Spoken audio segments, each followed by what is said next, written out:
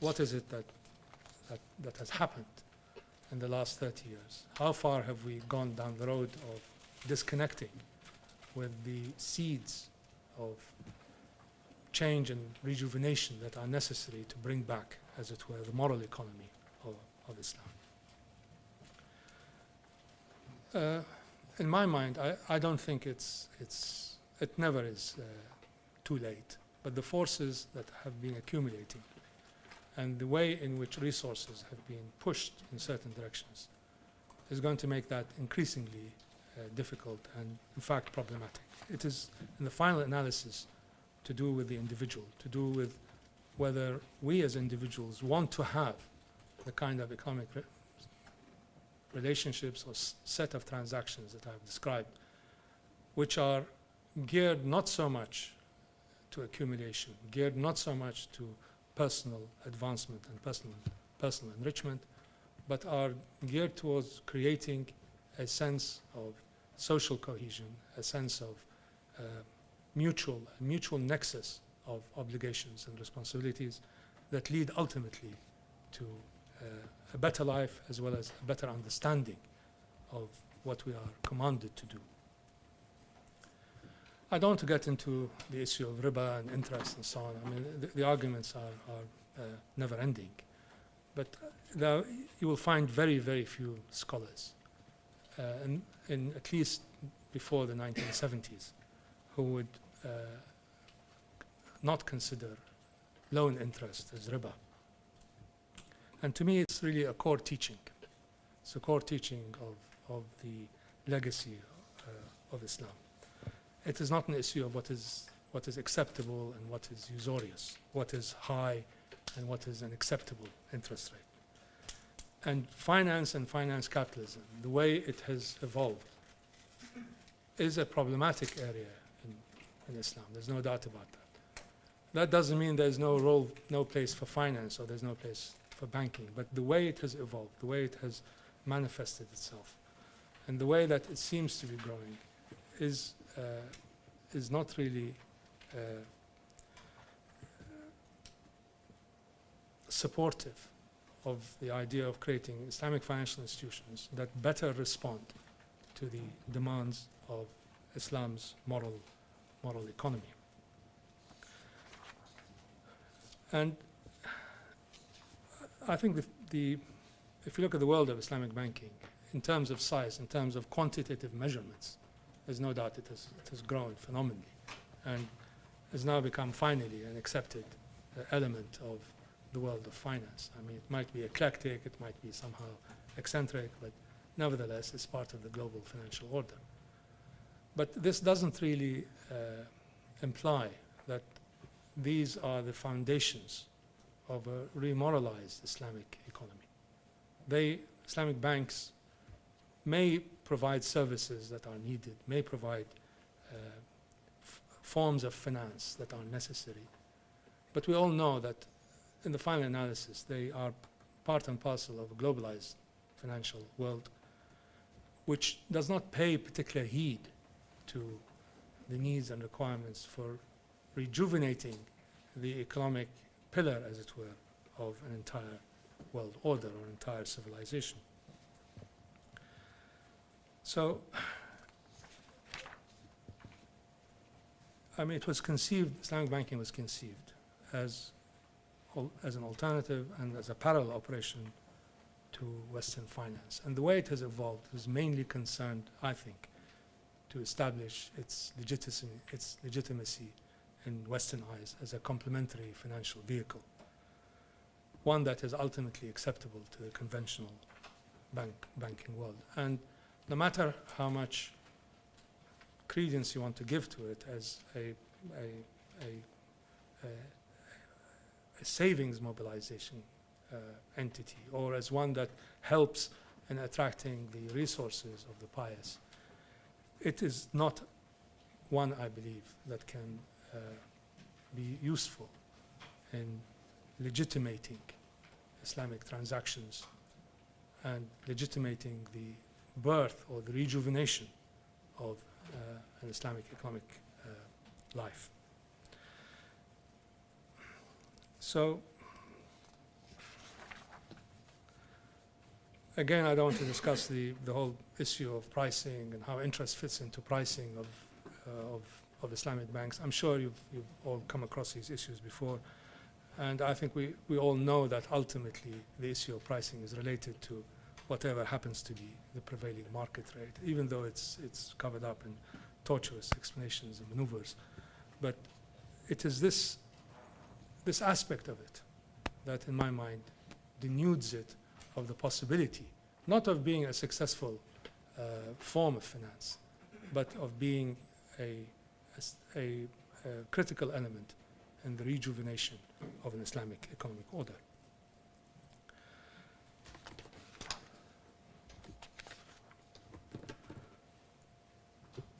The other aspect that I touched upon initially is the issue of globalization and how that is going to affect the rebirth, as it were, of a new dimension in Islamic economic life. I believe that it is in many ways that the emphasis, especially on individual economic rights and freedoms, as an integral aspect of the philosophy of globalization, as it were, is antithetical in a fundamental way to an Islamic economic and social order.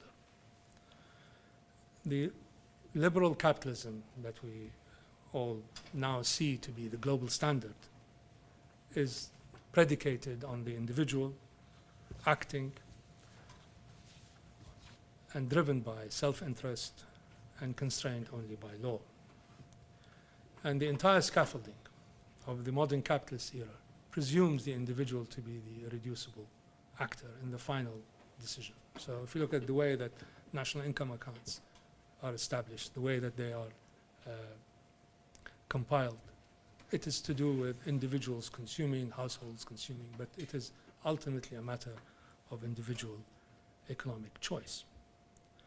Now, it is very difficult to see how the ethical aspects of economic transactions, like duty, charity, solidarity, self-sufficiency, how does that sit with the premise that it is only through cultivating and channeling the greed of individuals or the self-interest of individuals, acting through Adam Smith's famous invisible hand, that economic activity can be optimized.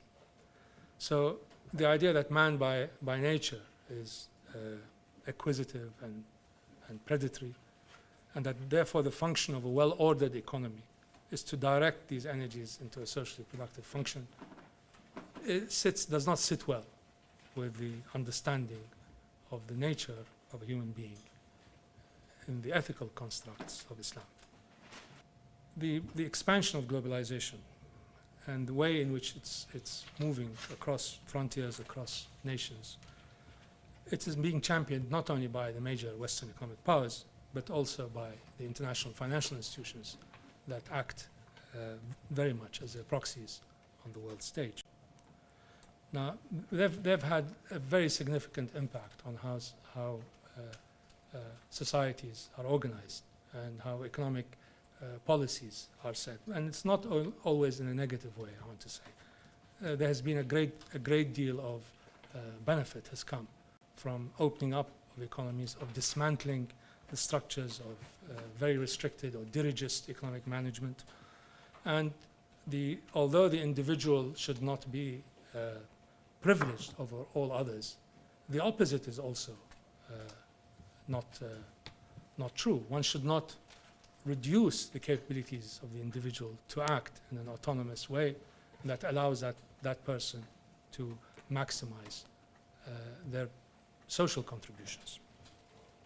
So the decentralization of economic policy, the way in which the interjection of the major international institutions into the economies of the Muslim world has in some ways made them more flexible, more open, is, I think, to be welcome. The issue of foreign exchange and the way in which foreign exchange reserves are accumulated, the issue as to what should be the basic currency of an Islamic economic bloc, as it were, that also has gone away, and it is very, very unlikely, I think, that any system that will re-privilege bullion or gold can ever be recreated. So we're moving away from the possibility of creating a unit of currency that allows for greater economic integration amongst the Muslim world.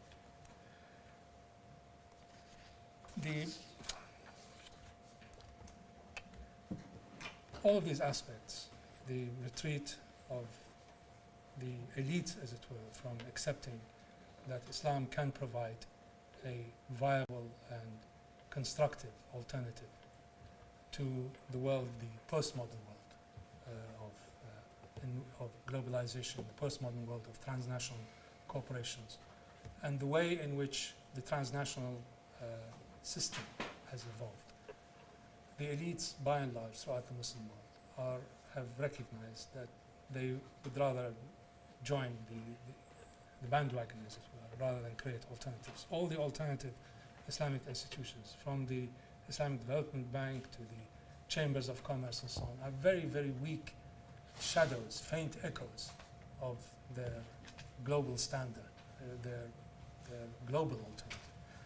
So the space is shrinking. The opportunity to regenerate a moral economy, I think, is being, in some ways squandered. And one of the main props of it, one of the main aspects of it, which is Islamic banking and takaful insurance, unless it has a fundamental change in its structure and a fundamental change in the way that it approaches credits, the way it approaches borrowers, I think that if that does not happen, then the possibility of recreating an Islamic moral economy, both in the majority Muslim countries of the world as well as the Muslim communities in the West, retreats. That doesn't mean that one should not look at the increasing opportunities being offered for more cooperative ways of conducting economic transactions. I think we have to go back and see what we can learn from some of the institutions that were developed here by people who were mainly in those days religious dissenters who did not really acknowledge the prevailing order. They wanted to be part of it, but they did not acknowledge its continuing supremacy. And a lot of these cooperative community socially based institutions that grew up here were driven by that kind of ethic. That, I think, is where the remoralization, as it were, of the Muslims in the West can take place in terms of their economic life. It is in the area of cooperative finance, in the area of community-based work, in the area of creating institutions that have as much participation as possible. In many ways, it has a democratic flavor to it, or a democratic tinge to it. We have to connect with the mass of people in ways that are outside of the normal framework of economic and credit relationships. Without that, I think you will find that the way in which the globalized order, the way in which these institutions will evolve, will necessarily preclude any serious alternative. While in the past, all the great institutions of Islam, all the great mosque madrasa complexes, all the great caravan sarais, all the great khans, all the great markets were funded by people who gave this money back to society as part of their obligation on this earth. It wasn't a process of constant accumulation and then dribbling of that back to society. That aspect of it is increasingly rare. There are very, very few institutions now in the Muslim world that are backed by the resources of wealthy individuals. And when it's done in a very parsimonious and in a very blaring way.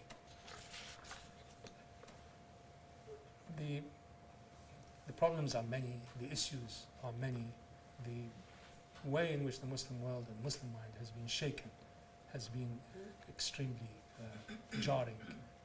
But without this massive effort that we have to put back into it, I fear that whatever forms Islam could express itself in the outer world, in economic life, will be reduced basically to just the shell of it. The content, the meaning would have been lost. And I think this is a great failure of imagination on the part of Muslims, as well as a loss to humanity if we don't come up with alternatives that are viable, that are real, and that are rooted in our own legacy to moralize the economy. Thank you.